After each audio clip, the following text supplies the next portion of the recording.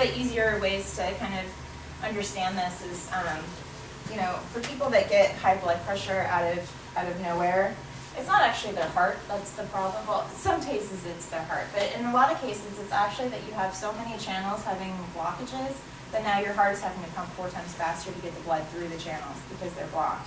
So it's not that you started to have heart failure, it's that you started to have channels that can't open, and it's putting all that extra pressure on your heart.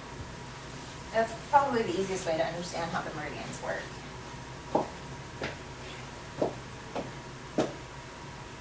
Okay, so now we're on to the topic of today. Those were my twins when they were born. So, you know, what is it that happens that makes us in these adorable little babies into a seasoned veteran of the human being? So I hate to be the one to break this to you, but you are all terminal. I didn't make up that rule. You know, science has showed us that our bodies are actually capable of living 120 years. There's definitely a mythology that says that we're capable of living older, but I'm going to stick with the science just to make it easy. So if we're capable of living 120 years, why is normal lifespan 70, which has come up in recent years? So as we age, our cells, and I'll get to what our cell is in just a little bit, begin to break down. And over time, the more cellular damage we have, the more we start to show the effects of aging. And cells are not just, you know, on the skin, which is an organ itself, it's also your organs. And everything starts to slow down and break down until finally we die. But, you know, this is kind of a good thing, because if nobody aged, it would be really weird. So one thing that we want to talk about is perspective on what the goal of medicine is and what the goal of aging is. Longer life does not mean a better life, you know, and what most doctors are trained in medicine, you know, even us, is that our goal is to save the patient and make them live as long as possible. But a lot of times that's at the degradation of quality of life. So do we want to make it so that you don't ever look older or age? No. But what we want to do is we want to make you healthy as possible so that you can be like those 90-year-old Chinese people running around that look like they're 50 and have a great life. So, oh, and then the other thing is that our focus on longevity needs to begin early and be about optimal living. What if you missed that early part? It's never too late.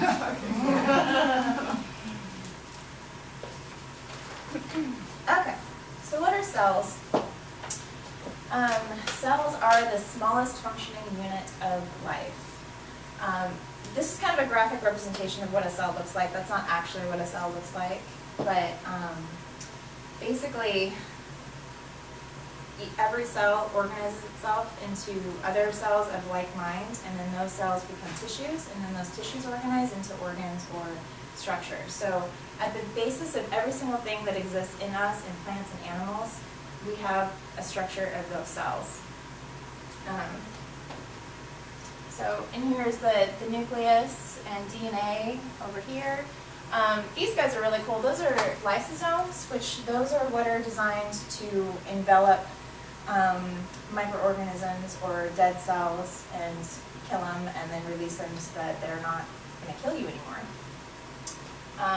And then the Golgi apparatus is what helps to work their protein synthesis, and there's a lot of stuff involved. I'm not going to go into it. But basically what we need to understand is that at the basis of everything are these cells. And it's these cells that we want to keep as healthy as possible in order to prevent the signs of aging. Happy cells, happy life. Another important aspect of aging is the concept of inflammation. A lot of people use this as like a buzzword, but they don't really understand what it means. Inflammation is actually your body's healing process. So if you were to cut your finger, the first thing that happens is that blood flows to the area, and it's got platelets, it's got white blood cells, and its job is to both repair the cut and then also kill any organisms that came in with that cut. And so what you'll notice when you're healing is that you'll have lots of redness and swelling, and it'll be hot to the touch. Now what happens is if we eat things that our body thinks is toxic or it doesn't understand how to process, if we are inundated by pollution, if we are dealing with infection or even surgery itself, the inflammatory response is signaled to try to heal that. And if you're doing these activities on a daily basis, that means your inflammatory process is always going. And sometimes it gets off kilter and it starts attacking things that are supposed to be there. Like Hashimoto's disease is a autoimmune of the thyroid. It means that the body's gotten so confused that it's constantly inflamed and trying to kill the thyroid. Yeah, so it's a good thing, but you don't want it systemically all the time, because then you start to get real damage. So causes of inflammation: poor diet or food allergies, injuries, excessive heat or cold, like hypothermia or burn. Surgery is a big one. Little known fact, your body cannot tell the difference between surgery and being brutally attacked. And then also invasion of microorganisms. So basically an autoimmune disease is constant immune response. The body is confused and it's attacking itself, and some of the examples are Hashimoto's, lupus, rheumatoid arthritis, chronic fatigue syndrome, and fibromyalgia. Okay, so this is why it's not too late for you. We've been taught to think of our bodies as machines. So when we think of machines, we think that they're running great when they're brand new, and then something breaks, and then you have to fix it, and then something else breaks, you have to fix that, and then it's never going to be as good as it was in the beginning, and then you're just, you know, SOL. Yeah, why bother? But the truth is your body is not a machine. It's actually more like a garden. So if you do not attend to your garden, weeds pop up, plants die, all hell breaks loose. But the thing is that it's never too late to start attending your garden. You can always pull out those weeds, you can always replant, and you can always reset the crop. So it's a very sad commentary on United States culture that basically by having the machine analogy, we are taking away people's hope. We're taking away their ability to understand that their bodies are capable of healing themselves and that they have personal power. We're taking their power away by this analogy. So from now on, your garden.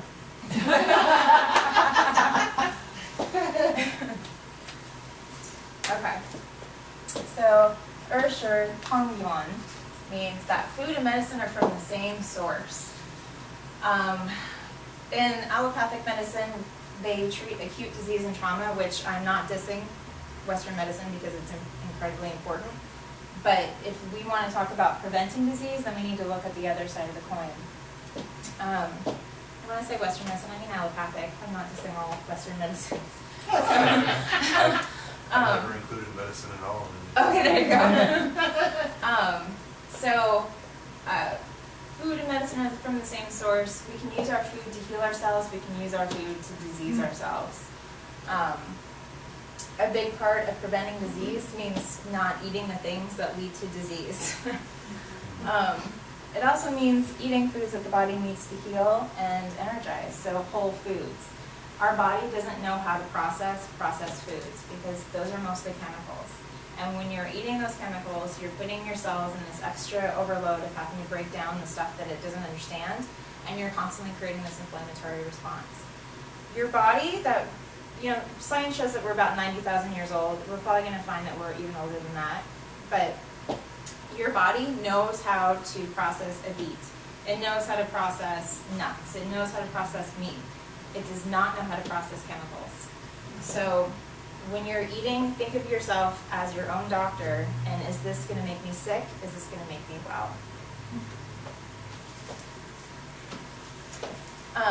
So would you ever feed your plant Doritos and water it with soda? I mean, maybe some of us would, but we'd have a lot of dead plants. That's why they would grow.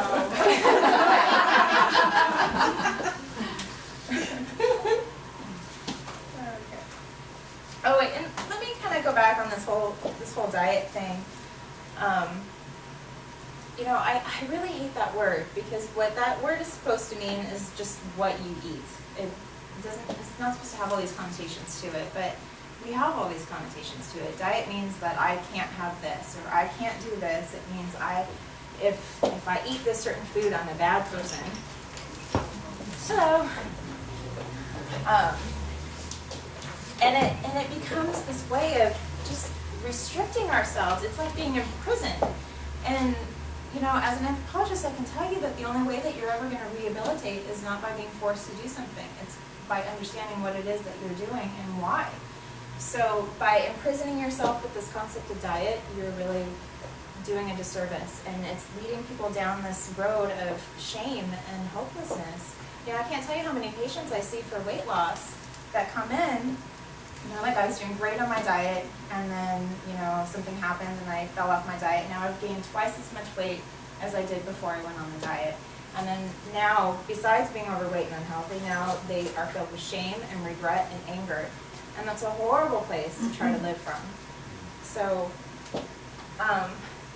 you can eat bad foods for you. I'm not saying that you have to live like this perfect life, but just don't make it your whole way of being.